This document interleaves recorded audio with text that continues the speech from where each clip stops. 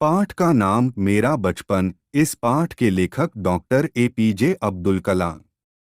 मेरा जन्म तमिलनाडु के रामेश्वरम कस्बे में एक मध्यवर्गीय परिवार में हुआ था। मेरे पिता जैनुलाब्दीन की कोई बहुत अच्छी औपचारिक शिक्षा नहीं हुई थी और न ही वे कोई बहुत धनी व्यक्ति थे। इसके बावजूद वे बुद्धिमान थे और उनमें उदारता की सच्ची भावना थी। हम लोग अपने पुश्तैनी घर में रहते थे। रामेश्वरम की मस्जिद वाली गली में बना यह घर चूने पत्थर व ईंट से बना पक्का और बड़ा था। मेरे पिता आडंबरहीन व्यक्ति थे और सभी अनावश्यक एवं ऐशोआराम वाली चीजों से दूर रहते थे। मेरी माँ आशियम्मा उनकी आदर्श जीवन संगिनी थीं। मेरे माता पिता को हमारे समाज में एक आदर्श दंपति के रूप में देखा जाता था। मैं कई बच्चों में से एक था, लंबे चौड़े व सुंदर माता पिता का छोटी कदकाठी का साधारण सा दिखने वाला बच्चा। पर घर में सभी आवश्यक चीजें समुचित मात्रा में सुलभता से उपलब्ध थीं। वास्तव में मैं कहूँगा कि मेरा बचपन बहुत ही निश्चितता और सादगी में बीता, भौतिक एवं भावनात्मक दोनों ही दृष्टियों से। मैं प्रायः अपनी माँ के साथ ही रसोई में नीचे बैठकर खाना खाया करता था। वे मेरे सामने केले का पत्ता बिछाती और फिर उस पर चावल एवं सुगंधित स्वादिष्ट सांबार डालती, साथ में घर का बना अचार और नारियल की ताज़ी चटनी भी होती। प्रतिष्ठित शिव मंदिर, जिसके कारण रामेश्वरम प्रसिद्ध तीर्थस्थल है। हमारे घर से 10 मिनट का पैदल रास्ता था। जिस इलाके में हम रहते थे वह मुस्लिम बहुल था, लेकिन वहाँ कुछ हिंदू परिवार भी थे जो अपने मुसलमान पड़ोसियों के साथ मिलजुल कर रहते थे। हमारे इलाके में एक बहुत ही पुरानी मस्जिद थी जहाँ शाम को नमाज के लिए मेरे पिताजी मुझे अपने साथ ले जाते थे। रामेश्वरम मंदिर के सबसे बड़े पुजारी पक्षी लक्ष्मण शास्त्री मेरे पिताजी के अभिन्न मित्र थे। आध्यात्मिक मामलों पर चर्चाएं करते रहते। जब मैं प्रश्न पूछने लायक बड़ा हुआ तो मैंने पिताजी से नमाज की प्रासंगिकता के बारे में पूछा। वे कहते, जब तुम नमाज पढ़ते हो तो तुम अपने शरीर से इतर ब्रह्मांड का एक हिस्सा बन जाते हो, जिसमें दौलत, आयु, जाति या धर्मपंथ का कोई भेदभाव नहीं होता।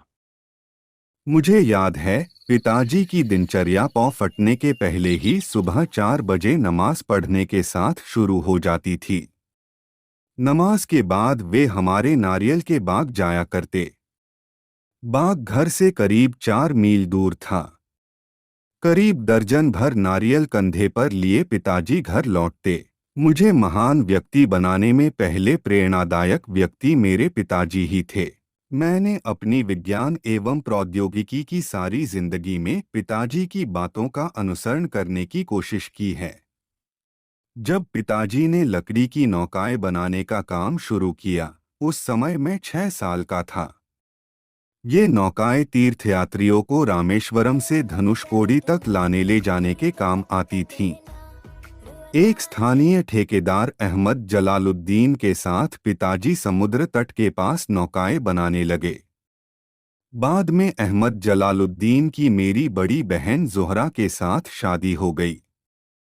एक दिन 100 मील प्रति घंटे की रफ्तार से हवा चली और समुद्र में तूफान आ गया। तूफान में सेतुकराई के कुछ लोग और हमारी नावें बह गईं। उसी में पाम्बन पुल भी टूट गया और यात्रियों से भरी ट्रेन दुर्घटनाग्रस्त हो गई। तब तक मैंने सिर्फ समुद्र की खूबसूरती को ही देखा था। मुझे महान व्यक्ति बनने में दूसरे प्रेरणादायक व्यक्ति अहमद जलालुद्दीन थे। उम्र में काफी फर्क होने के बावजूद अहमद जलालुद्दीन मेरे अंतरंग मित्र बन गए। वह मुझसे करीबन 15 साल बड़े थे और मुझे आज़ाद कहकर पुकारा करते थे। हम दोनों रोजाना शाम को दूर तक साथ घूमने जाया करते। हम मस्जिद वाली गली से निकलते और समुद्र के रेतीले तट पर चल पड़ते। मैं और जलालुद्दीन प्रायः आध्यात्मिक विषयों पर बातें करते। पूरे इलाके में सिर्फ जलालुद्दीन ही थे जो अंग्रेजी में लिख सकते थे। मेरे परिचितों में जलालुद्दीन के बराबर शिक्षा का स्तर किसी का भी नहीं था और न ही किसी को उनके बराबर बाहरी दुनिया के बारे में पता था। जलालुद्दीन मुझे हमेशा शिक्षित व्यक्तियों, वैज्ञानिक खोजों, समकालीन साहित्य और चिकित्सा विज्ञान की उपलब्धियों के बारे में बताते रहते थे। वही थे जिन्होंने मुझे सीमित दायरे से बाहर निकालकर नई दुनिया का बोध कराया। बाल्यकाल में पुस्तकें एक दुर्लभ वस्तु की तरह हुआ करती थीं। यहाँ स्थानीय स्तर पर एक पूर्व क्रांतिकारी या कहिए उग्र राष्ट्रवादी एसटीआर का निजी पुस्तकालय था। उन्होंने मुझे हमेशा पढ़ने के लिए उत्साहित किया। मैं अक्सर उनके घर से पढ़ने के लिए किताबें ले आया करता था। दूसरे जिस व्यक्ति का मेरे बाल जीवन पर गहरा असर पड़ा वह मेरे चचेरे भाई शमसुद्दीन थे। वह रामेश्वरम में अखबारों के एकमात्र वितरक थे। अखबार रामेश्वरम स्टेशन पर सुबह की ट्रेन से पहुंचते थे जो पाम्बन से आती थी। इस अखबार एजेंसी को अकेले शमसुद्दीन ही चलाते थे। रामेश्वरम में अखबारों की जुमला 1000 प्रतियां बिकती थीं। बचपन में मेरे 3 पक्के दोस्त थे, रामानंद शास्त्री, अरविंदन और शिवप्रकाश। ये तीनों ही ब्राह्मण परिवारों से थे। रामानंद शास्त्री तो रामेश्वरम मंदिर के सबसे बड़े पुजारी पक्षी लक्ष्मण शास्त्री का बेटा था। अलग अलग धर्म, पालन पोषण, पढ़ाई लिखाई को लेकर हम में से किसी भी बच्चे ने कभी भी आपस में कोई भेदभाव महसूस नहीं किया। इस पाठ का आशय यह है कि छात्र सादगी, धार्मिक सहिष्णुता, मिलजुल कर रहना और किताबें पढ़ने का प्रयोजन आदि की प्रेरणा पा सकते हैं। धन्यवाद।